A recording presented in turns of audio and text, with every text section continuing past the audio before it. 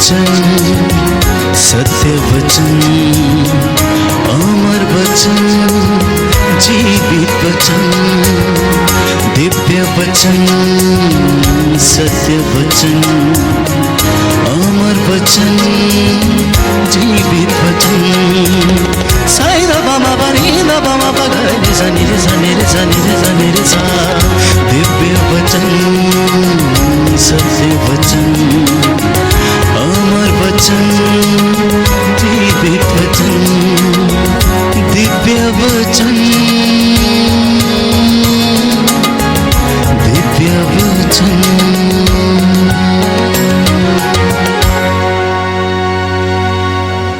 Romeo का पत्र अध्याय 6 पद संख्या 12, जिसके पास बाइबल है वो खोलना। Book of Romans chapter 6 verse 12। Book of Romans chapter 6 verse 12। सुंदर वचन है प्यारे भाइयों और बहनों। और आज का ये वचन आपकी आत्मिक उन्नति के लिए है, आपके फिजिकल प्रोग्रेस के लिए है, आपके परिवार की उन्नति के लिए है, आपके आध्यात्मिक उन्नति के लिए है। देखिए संत पौलुस क्या लिखता है। लिखा है, अब आप लोग अपने मरणशील शरीर में पाप का राज्य स्वीकार नहीं करें और उसकी वासनाओं के अधीन नहीं रहें। आप अपने अंगों को अधर्म के साधन बनने के लिए पाप को अर्पित ना करें। आप अपने को मृतकों में से पुनर्जीवित समझकर ईश्वर के प्रति अर्पित करें और अपने अंगों को धार्मिकता के साधन बनने के लिए ईश्वर को सौंप दें। बोलो आमीन, हालेलुया। यीशु की स्तुति हो, यीशु को धन्यवाद, यीशु की आराधना हो, यीशु की महिमा हो, यीशु को धन्यवाद। प्रभु का वचन कहता है, अब आप लोग अपने मरणशील शरीर में पाप का राज्य स्वीकार नहीं करें और उसकी वासनाओं के अधीन नहीं रहें। आप अपने अंगों को अधर्म के साधन बनने के लिए पाप को अर्पित नहीं करें। आप अपने को मृतकों में से पुनर्जीवित समझकर ईश्वर के प्रति अर्पित करें और अपने अंगों को धार्मिकता के साधन बनने के लिए ईश्वर को सौंप दें। Hallelujah, hallelujah, hallelujah. तो ये संदेश है आपके लिए, ये प्रभु का वचन है आपके लिए। अपने इन शरीर के अंगों को धार्मिकता के साधन बनाना प्यारे भाइयों और बहनों, और ईश्वर को समर्पित करना। प्रभु हमें बार बार शिक्षा देता है प्यारे भाइयों और बहनों, अपने आध्यात्मिक जीवन की उन्नति के लिए, पारिवारिक जीवन की उन्नति के लिए, व्यक्तिगत जीवन की उन्नति के लिए। यीशु यूहन्ना के सुसमाचार में ही कहता है कि अगर तुम मुझसे प्यार करते हो तो मेरी शिक्षा पर भी चलोगे। और जो व्यक्ति ये कहता है कि मैं यीशु से प्यार करता हूं लेकिन उसकी शिक्षा पर नहीं चलता, तो प्यारे भाइयों और बहनों, प्रभु ये कहता है कि वो झूठा है और उसमें सत्य नहीं है। आज इस दुनिया में शोषण का, अत्याचार का, हत्या का, झूठ का, फरेब का, निंदा का, ईर्ष्या का बोलबाला है। जिधर देखो प्यारे भाइयों और बहनों, सच्चा व्यक्ति ढूंढने पर भी हमें नहीं मिलेगा।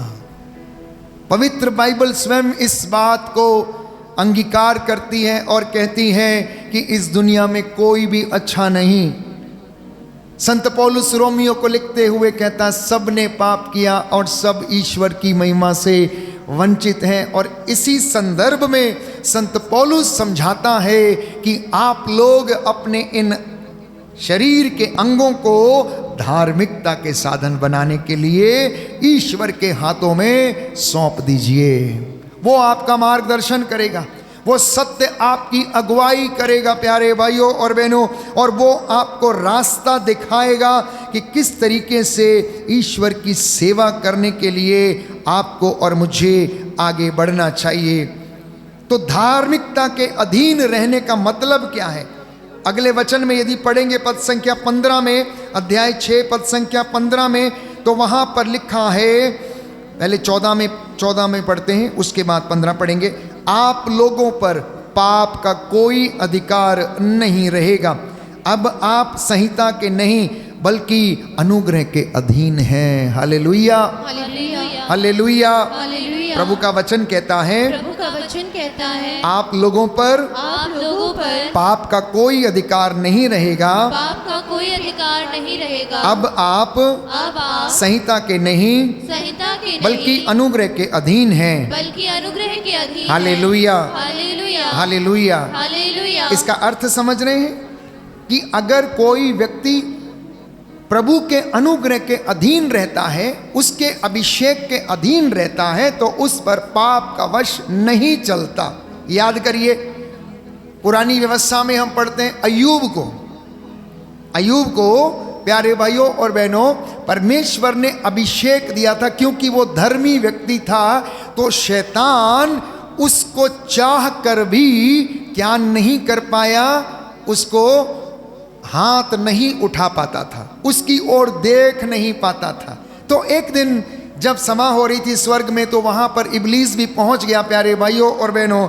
और पिता ईश्वर ने देखा कि इब्लीस आकर वहाँ पर बैठा हुआ है और उसने कहा, भाई तुम यहाँ कैसे, तुम यहाँ क्या करने आए हो? तुम्हारी तो जगह ये है ही नहीं, तुम तो यहाँ से निष्कासित किए जा चुके हो। तो वो कहने लगा, मैं पूरे दुनिया का, धरती का चक्कर काट के वापस आ रहा हूँ। तो कह रहा, अच्छा तू पूरी दुनिया घूम के आया है, वहाँ पर तूने देखा नहीं कि मेरा दास अय्यूब वहाँ पर है? तो छूटते ही जवाब क्या देता है, तेरा हाथ उसके ऊपर है, नहीं तो उसकी क्या मजाल कि वो सुरक्षित रह सके। तू अपना हाथ हटा कर देख और उसके बाद मैं तुझे दिखाता हूँ कि मैं उसका क्या हाल करता हूँ। परमेश्वर को भी अपने दास पर बड़ा भरोसा था, इसलिए उसने इब्लीस को इजाज़त दे दिया और बोला, ठीक है तू उसके प्राणों पर हाथ नहीं डालेगा और उसके अलावा तू जो कुछ करना चाहता है और तू कर ले। प्यारे भाइयों और बहनों, शैतान को इजाज़त मिल गई, शैतान को इजाज़त मिल गई। अब वचन पढ़ते हैं सुसमाचार में, जब यीशु ने सिमोन पेतरुस से ये कहा, शिमोन शिमोन, शैतान को तुझे गेहूं की तरह फटकने की अनुमति मिली है, लेकिन मैंने तेरे लिए प्रार्थना की है, जब तू सही रास्ते पर आ जाएगा तब अपने भाइयों को संभालना।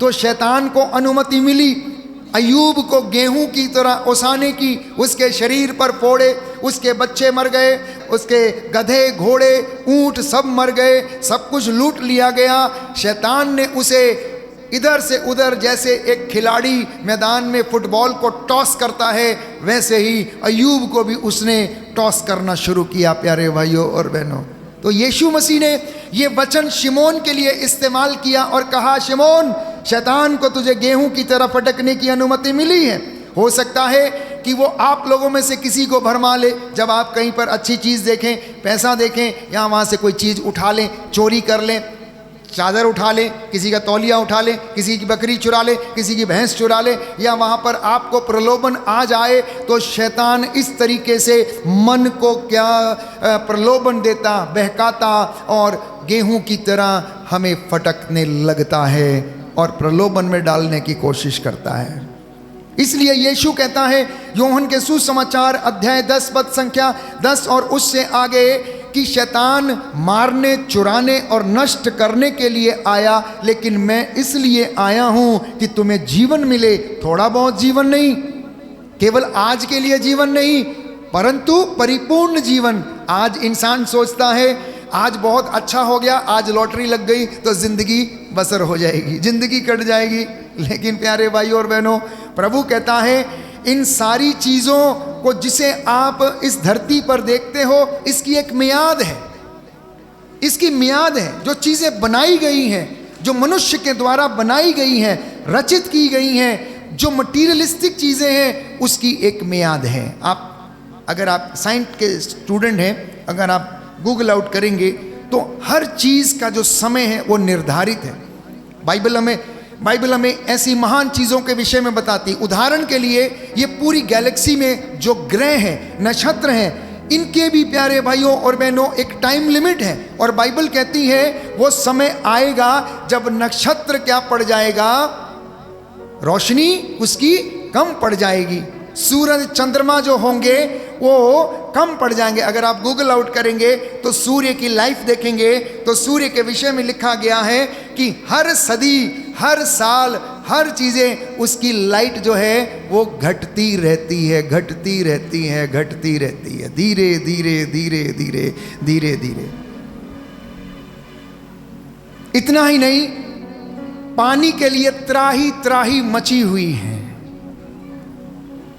आप देख रहे हैं कि धरती के गर्भ से इतना पानी निकाला जा चुका है कि ऋतु परिवर्तन और ग्लोबल वार्मिंग के चलते ये सारी चीज़ें सिकुड़ती जा रही, सिमटती जा रही हैं। और ऐसी परिस्थिति में प्रभु हमें याद दिलाता है कि तुम इन संसारिक चीज़ों के पीछे, भौतिक चीज़ों के पीछे नहीं दौड़ना, बल्कि तुम ऊपर की चीज़ें खोजना, अनंत जीवन के पीछे दौड़ना और अपने अंगों को धार्मिकता के साधन, पवित्रता के साधन बनने के लिए ईश्वर के हाथों में सौंपना। अब आप में से कहेंगे, फादर जी हमारे हाथ तो पवित्र हैं, हमारे शरीर तो पवित्र है, हमारी आंखें तो पवित्र हैं, हमारे होंठ तो पवित्र हैं, इनको क्या पवित्रता की ज़रूरत है, इनको क्या किसी को सौंपने की ज़रूरत है। जब ये हाथ गलत काम के लिए उठते हैं, जब ये हाथ प्यारे भाइयों और बहनों किसी के निर्दोष व्यक्ति के प्रति निर्णय ले लेते हैं, जब ये आंखें किसी की ओर गंदी नज़र से उठती हैं, जब ये पैर प्यारे भाई और बहनों बुराई के लिए आगे बढ़ते हैं, ऐसी परिस्थिति में ये हमें दूषित करते हैं, हमें दूषित करते हैं। और संत पौलुस याद दिलाता है इन्हें पवित्रता की आवश्यकता है। Hallelujah, hallelujah. यीशु की स्तुति हो, यीशु को धन्यवाद, यीशु की आराधना हो, यीशु की महिमा हो, यीशु को धन्यवाद। Hallelujah, hallelujah, hallelujah, hallelujah, hallelujah, hallelujah, hallelujah. Hallelujah. अब हमारी समस्या क्या है? कशमकश ये होती है हम जो चाहते हैं वो नहीं कर पाते हैं। और संत पौलुस इस बात को स्वयं कहता है और वो लिखता है अगले वचन में, अध्याय 7 रोमियो का पत्र, पद संख्या 19 और उससे आगे, मैं जो भलाई चाहता हूँ वो कर नहीं पाता, बल्कि मैं जो बुराई नहीं चाहता वही कर डालता हूँ। किंतु यदि मैं वही करता हूँ जिसे मैं नहीं चाहता, तो करता मैं नहीं हूँ बल्कि करता है मुझ में निवास करने वाला पाप, मुझ में निवास करने वाला पाप। ध्यान दीजिए, इधर ध्यान दीजिए, समझना इस बात को।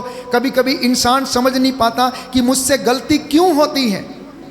मैं कितना चाहता हूं गलती ना करूं, लेकिन फिर भी मेरे कदम उधर बढ़ते हैं। तो बाइबल क्या समझा रही? करता कौन है? करता आप नहीं, लेकिन आप में निवास करने वाला पाप है, क्योंकि आपने अभी तक अंगीकार नहीं किया, आपने छुटकारे के लिए प्रार्थना नहीं किया, आपने अपना रास्ता नहीं बदला। अभी भी वो पाप आपका पीछा करता रहता है। पूर्वजों से चली आई निरर्थक जीवनचर्या के जरिए वो आपके घरों में है। हो सकता आपने प्रार्थना किया है, अपना रास्ता बदला है, लेकिन तंद अब भी जुड़ा हुआ है और उस तंद को काटने का सामर्थ्य जो है वो प्रभु के पास है, प्रभु के पास है।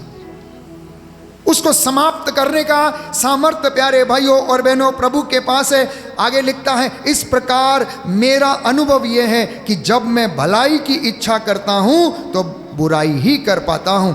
मेरा अंतरतम ईश्वर के नियम पर मुग्ध है, किंतु मैं अपने शरीर में एक नियम का अनुभव करता हूँ, मेरे आध्यात्मिक स्वभाव से संघर्ष करता है। कितनी सुंदर बात है समझने के लिए कि आप, मेरे पास बहुत से भाई बहन आते हैं, फादर जी प्रार्थना नहीं कर पाते हैं, उपवास नहीं कर पाते हैं, सेवा नहीं कर पाते हैं, मैं घर में प्रार्थना नहीं कर पाता। अब देखिए बाइबल आपको उत्तर दे रही है, बाइबल आपको उत्तर दे रही, कहता है कि मेरा मन प्रभु में जुड़ा हुआ है, लेकिन मेरा शरीर मेरी आध्यात्मिकता के विरुद्ध हमेशा इच्छा करता है। मेरा अंतरतम ईश्वर के नियम के प्रति मुग्ध है, परंतु मैं अपने शरीर में एक नियम का अनुभव करता हूं जो मेरे आध्यात्मिक स्वभाव से संघर्ष करता रहता है। Hallelujah, hallelujah. हालेलुया। यीशु की स्तुति हो, यीशु की स्तुति हो। यीशु को धन्यवाद, यीशु को धन्यवाद। यीशु की आराधना हो, यीशु की आराधना यीशु हो। की महिमा हो, यीशु की महिमा यीशु हो। को धन्यवाद। यीशु को धन्यवाद। Hallelujah, hallelujah. हालेलुया। हालेलुया। हाथ नीचे करिए। तो संत पौलुस कहता है अगले वचन में, मैं कितना अभागा मनुष्य हूं, इस मृत्यु के अधीन रहने वाले शरीर से मुझे कौन मुक्त करेगा, मुझे कौन मुक्त करेगा, कहता है कौन मुक्त करेगा, कोई भी नहीं, केवल यीशु मसीह। उसके वचन, उसकी शिक्षा, उसका प्रेम, उसकी दया, उसकी क्षमा जो हमें रास्ता दिखाती है, हमें प्यारे भाइयों और बहनों अभिषेक में चलना सिखाती है, केवल वो हमें आज़ाद कर सकता है। इसलिए उसके वचन के द्वारा कार्य करना और प्रभु से कृपा मांगना, जिससे कि वो आप लोगों को अनुग्रह और शांति प्रदान कर सके। बोलो आमीन, आमीन। Hallelujah, hallelujah. Hallelujah. Hallelujah. Yeshu की स्तुति हो, यीशु की स्तुति यीशु हो। को धन्यवाद, यीशु को धन्यवाद। यीशु की आराधना हो, यीशु की आराधना यीशु हो। की महिमा हो, यीशु की महिमा यीशु हो। को धन्यवाद। यीशु को धन्यवाद। Hallelujah, hallelujah. हालेलुया। हालेलुया। थोड़ा और आगे पढ़ते हैं। मैं इस वचन को पढ़ रहा था, रोमियो के पत्र अध्याय 1 से लेकर कम से कम 8 तक। तो उसमें बहुत सुंदर वचन थे जो प्रभु चाहता है कि हम अपने व्यवहारिक जीवन में तब्दीली लाएं, हम अपने रास्तों को बदलें। देखिए कि ये पाप किस तरीके से इंसान की जिंदगी में आकर कार्य करता है। अगले वचन को मैं पढ़ना चाहता हूँ। संत पौलुस हमें समझाता है कि आप शरीर की वासनाओं के अधीन ना रहे। बाइबल कह रही है कि हम लोग, हमारी आत्मा ईश्वर के नियम की ओर मुग्ध होती है, लेकिन उसे शरीर से संघर्ष करना पड़ता है। तो पद संख्या 5 और उससे आगे लिखा है, क्योंकि जो शरीर की वासनाओं से संचालित हैं वे शरीर की बातों की चिंता करते हैं और इसका परिणाम मृत्यु है, और जो आत्मा से संचालित हैं वे आत्मा की बातों की चिंता करते हैं और इसका परिणाम जीवन और शांति है। जीवन और शांति हमारे पूरे आध्यात्मिक जीवन का सार, हमारे पूरे धार्मिक जीवन का सार, हमारी पूरी पवित्रता का सार ये 2 वाक्यों में निहित है। प्यारे भाई और बहनों, कि शांति चाहते हो, प्रभु से मिलना चाहते हो, मृत्यु को नहीं देखना चाहते हो, तो आत्मा के अधीन रहो, आत्मा की प्रेरणा से चलो, आत्मा से संचालित हो जाओ, आत्मिक चीजों की खोज किया करो, क्योंकि आत्मा में चलने वाला व्यक्ति हमेशा आत्मिक बातें करता है और संसार की दृष्टि से चलने वाला व्यक्ति हमेशा सांसारिक बातें करता है। वो कहेगा ये वाला बिजनेस कर लो, वो कहेगा इधर पैसा लगा लो, वो कहेगा इस काम में चले जाओ, वो कहेगा ये चीज़ घर में ले आओ, वो कहेगा इसमें उन्नति मिलेगी, वो कहेगा। लेकिन जो आत्मा में चलने वाला वो क्या कहेगा, बेटा बाइबल पढ़ो, बेटा प्रभु के मार्ग पर चलो, बेटा आ जाओ, बेटा प्रार्थना करो, बेटा उठ के मंदिर में जाया करो, सुबह नहा धो के प्रभु की सिताइश किया करो, बंदगी किया करो। देखो आत्मिक व्यक्ति हमेशा आत्मिक ज्ञान देगा, संसारिक व्यक्ति हमेशा संसारिक ज्ञान देगा। प्यारे भाइयों और बहनों, ये पवित्र बाइबल हमें समझा रही है, ये हमारे जीवन का सार है। लिखा है क्योंकि शरीर की वासना ईश्वर के प्रतिकूल है और वह ईश्वर के नियम के अधीन नहीं होती और हो भी नहीं सकती। जो लोग शरीर की वासनाओं से संचालित हैं उन पर ईश्वर प्रसन्न नहीं होता।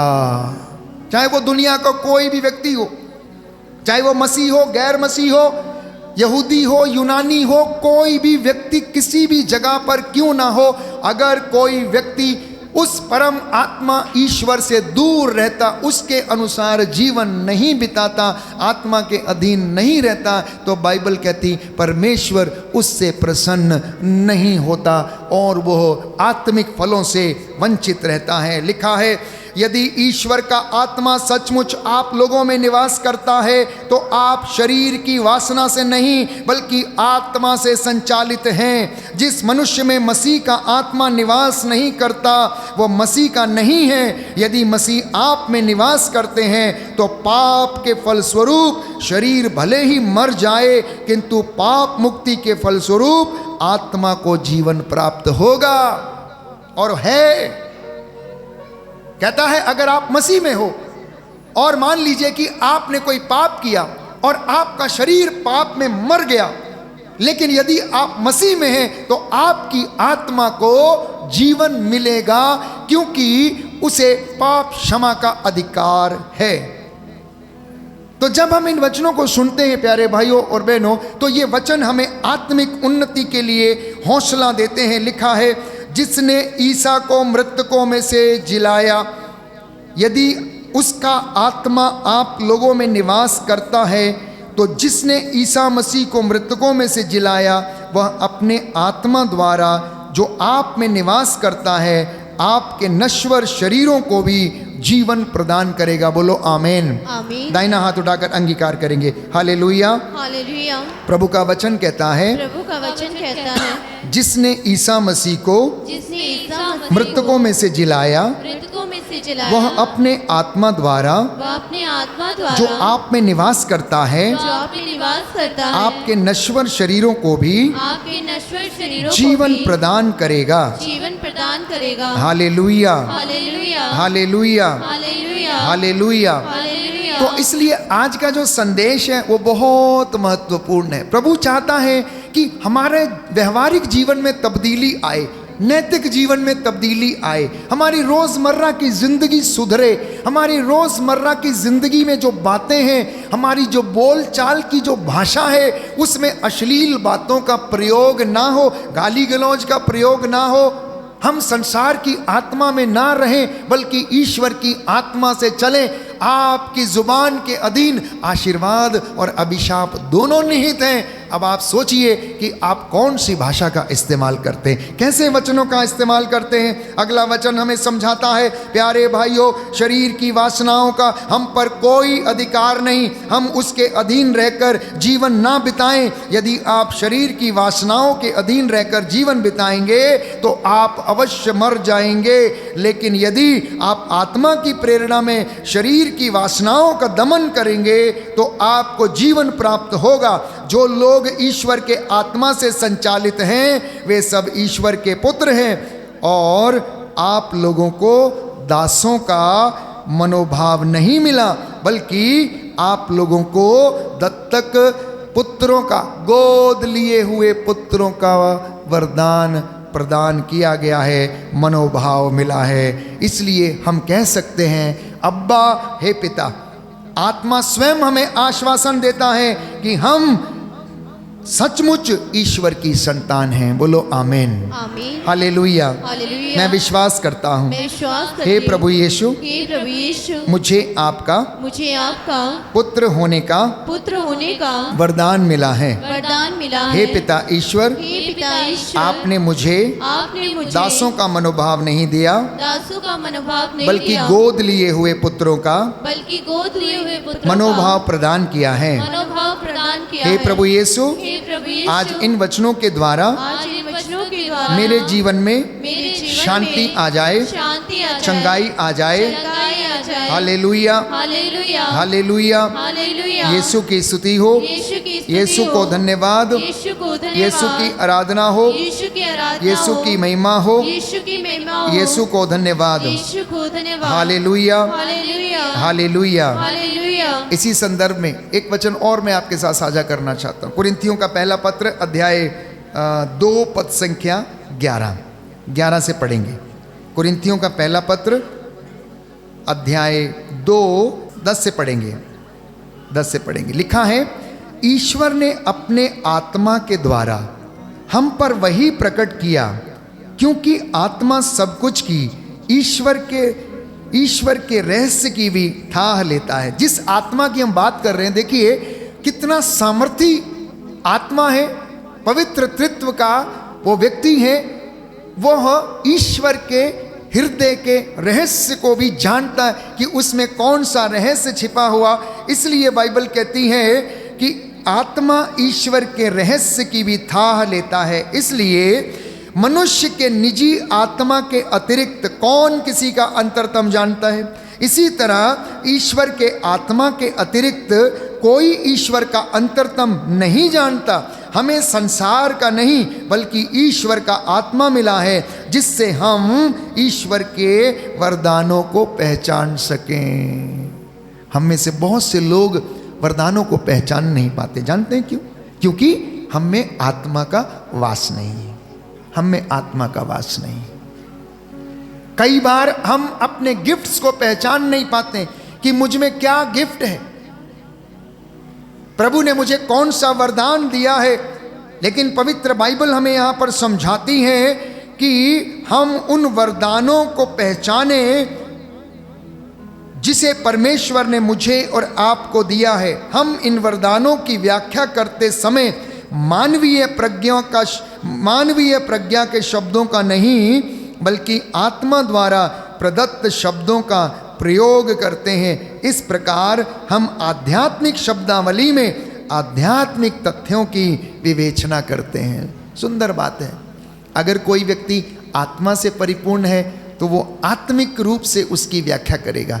लेकिन यदि कोई सांसारिक बुद्धिमत्ता प्राप्त किया हुआ है, जिसे हम बुकिश नॉलेज कहते हैं, या फिर अन्य किसी चीज़ों को हम कहते हैं, तो वो उस तरीके से वचन की व्याख्या करेगा प्यारे भाइयों और बहनों।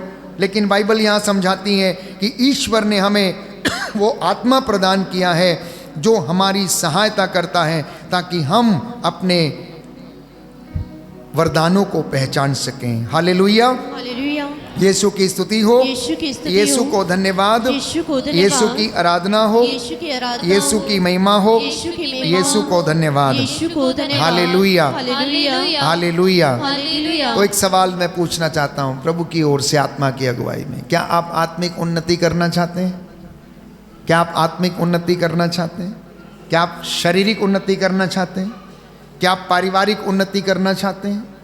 नहीं चाहते हैं। परिवार की उन्नति हो, क्या आप ऐसा सोचते हैं या नहीं सोचते हैं? आपका परिवार फले फूले, आपके बिजनेस में, आपके छोटे बड़े कामकाज में, फड़ ठेले, जो भी आप काम करते हैं, जो भी मेहनत करते हैं, जो भी संस्था चलाते हैं, जो भी कंपनी आप चलाते हैं, क्या आप चाहते हैं कि उसमें उन्नति हो या ना हो? क्या आप चाहते हैं? प्रभु पूछ रहे हैं आपसे, क्या चाहते हैं? क्या चाहते हो कि उन्नति हो या ना हो? उन्नति चाहते हैं तो कहता मेरी बात सुन, तो मेरी बात सुन, अपने शरीर के अंगों को अधर्म के साधन बनने ना दे। इन शरीर के अंगों को ईश्वर को समर्पित कर, ताकि ये पवित्रता के साधन बने, सेवा के साधन बने। जब ये हाथ उठे तो ये आशीर्वाद के लिए, जब ये हाथ उठे तो सेवा के लिए, जब ये हाथ उठे तो दशमांश के लिए, जब ये हाथ उठे तो पुण्य के काम करने के लिए, मारने, काटने, पीटने, जलाने के लिए नहीं, किसी का सर्वनाश करने के लिए नहीं। जब ये आंखें देखें तो ये गंदी नज़र से नहीं, बल्कि लोगों की प्रशंसा करने के लिए। जब ये मुंह खुले तो ये प्रभु की महिमा के लिए, उन वचनों को बोले, निंदा करने के लिए नहीं। तू चाहता है उन्नति करना, तू चाहता है अपने बिजनेस में उन्नति करना, तो प्यारे भाई और बहनों, वो कहता है तेरे गल्ले को झूठ का, फरेब का और किसी प्रकार का ऐसी पाप की कमाई का ग्रहण ना लगे और तू उन्नति करेगा।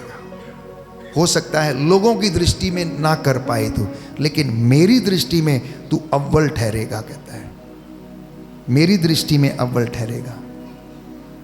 देखिए, इंसान इस दुनिया में आता है, थोड़े समय काम करता है, बड़ा बनता है और कुछ सालों में उसकी मृत्यु हो जाती है और उसके बाद वो चल बसता है। थोड़े दिन लोग रोते हैं प्यारे भाइयों और बहनों, थोड़े दिन के बाद वो चुप हो जाते हैं। आपके नाम का भोजन करते हैं, आपके नाम से वो लोग इकट्ठे होते हैं, आपके नाम से दुनिया भर के वो लोग प्रार्थना करते हैं, श्राद्ध लगाते हैं, जो भी कुछ काम करते हैं। तो ये इंसान की गति है, ये इंसान की गति है। हम आए और इस दुनिया में यहाँ के रह के हो गए, लेकिन जो आत्मा जो ऊपर से हमें मिला है, परमात्मा से हमें मिला है, ईश्वर से हमें मिला है, उस आत्मा को वहाँ लौटना और वापस जाना है। इसलिए उस आत्मा को तैयार करना प्यारे भाइयों और बहनों, जिससे कि वो परमेश्वर की हुजूरी में पहुँचे और आप लोग प्यारे भाइयों और बहनों उसमें अव्वल ठहरें, अव्वल पाए जाएं। इसलिए प्रभु का वचन हमें पवित्रता के लिए आमंत्रित करता है, सेवा के कामों के लिए, सेवकाई के लिए मुझे और आपको बुलाता है। ये आज का संदेश है। ये पूरे सप्ताह भर में हम में से सब लोग प्रयास करें कि मेरे ये हाथ, मेरी ये जुबान, मेरे ये कान, मेरे ये शरीर के अंग धार्मिकता के साधन बनेंगे। और इसे हम ईश्वर को समर्पित करेंगे और कहना कि प्रभु आज मेरे कार्य क्षेत्र में, आज मेरे दफ्तर में, आज मेरे जहाँ पर मजदूरी करता हूँ उस जगह पर मेरे इन अंगों में से किसी एक को या सबको, पूरे अंगों को क्या कर, भलाई का साधन बना, आशीर्वाद का साधन बना, ईमानदारी का साधन बना, जिससे कि तेरी दया उन लोगों के बीच में ठहरे। बोलिए आमीन, आमीन, हालेलुया। हालेलुया। यीशु की स्तुति हो, यीशु की स्तुति हो, यीशु की आराधना हो, यीशु की आराधना यीशु हो, की महिमा हो, यीशु की महिमा हो, यीशु को धन्यवाद। यीशु को धन्यवाद। Hallelujah, hallelujah, hallelujah, hallelujah, hallelujah. Hallelujah. Yeshu की स्तुति हो, यीशु की स्तुति यीशु हो, को धन्यवाद। यीशु को हे धन्यवाद। प्रभु यीशु, हे प्रभु यीशु, मेरे जीवन में, मेरे जीवन में तेरी शांति आ जाए। तेरी शांति आ जाए। हालेलुया। हालेलुया। एक आखिरी वचन आपके साथ साझा करना चाहता हूँ। कुरिन्थियों के नाम दूसरा पत्र अध्याय 12 पद संख्या 7 और उससे आगे।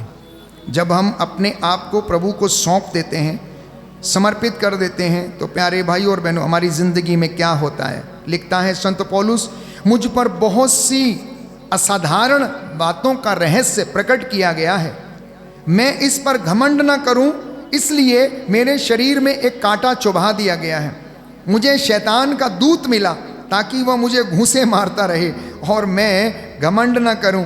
मैंने 3 बार प्रभु से निवेदन किया कि यह मुझसे दूर हो, किंतु प्रभु ने कहा, मेरी कृपा तुम्हारे लिए पर्याप्त है, क्योंकि तुम्हारी दुर्बलता में मेरा सामर्थ्य पूर्ण रूप से प्रकट होता है। तो आप लोग, प्रभु आशा के साथ आपको भेज रहा है, हिम्मत नहीं हारना, कोई बात नहीं, गिर जाओगे कोई बात नहीं, दुख आएगा कोई बात नहीं, ये चिंता सताएगी कोई बात नहीं, प्रलोभन में आकर इब्लीस तुमको डालेगा कोई बात नहीं, याद रखना मेरी कृपा तेरे लिए बस पर्याप्त है। तू मेरे साथ रहना, मेरा अनुग्रह तेरी जिंदगी में काम करेगा। संत पौलुस कहता नहीं प्रभु ये भी हटा दे, प्रभु ये भी हटा दे। प्रभु कहता है नहीं नहीं कोई बात नहीं, वो जरूरी है, वो तुझे घूंसे मारेगा ताकि तू घमंड ना करे, अपनी धार्मिकता पर घमंड ना करे, स्पिरिचुअल प्राइड में ना आ जाए।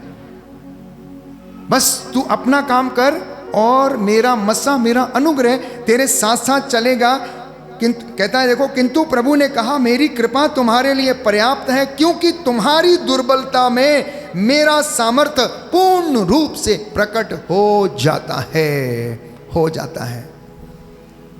जिसको अनुग्रह चाहिए, जो दुर्बल है, जब वो प्रार्थना करता है, मसा मांगता है, तो प्रभु उसे अपना अनुग्रह प्रदान करता है। तो संत पौलुस लिखता है, इसलिए मैं बड़ी खुशी से अपनी दुर्बलता पर गौरव करूंगा, जिससे मसीह का सामर्थ्य मुझ में छाया रहे। मैं मसीह के कारण अपनी दुर्बलताओं पर, अपमानों पर, कष्टों पर, अत्याचारों, संकटों पर गर्व करता हूं, क्योंकि जब मैं दुर्बल हूं तब बलवान हूं। इसलिए कोई आपकी निंदा करे, टेंशन लेने का नहीं, कोई आपको गिराए, टेंशन नहीं लेना।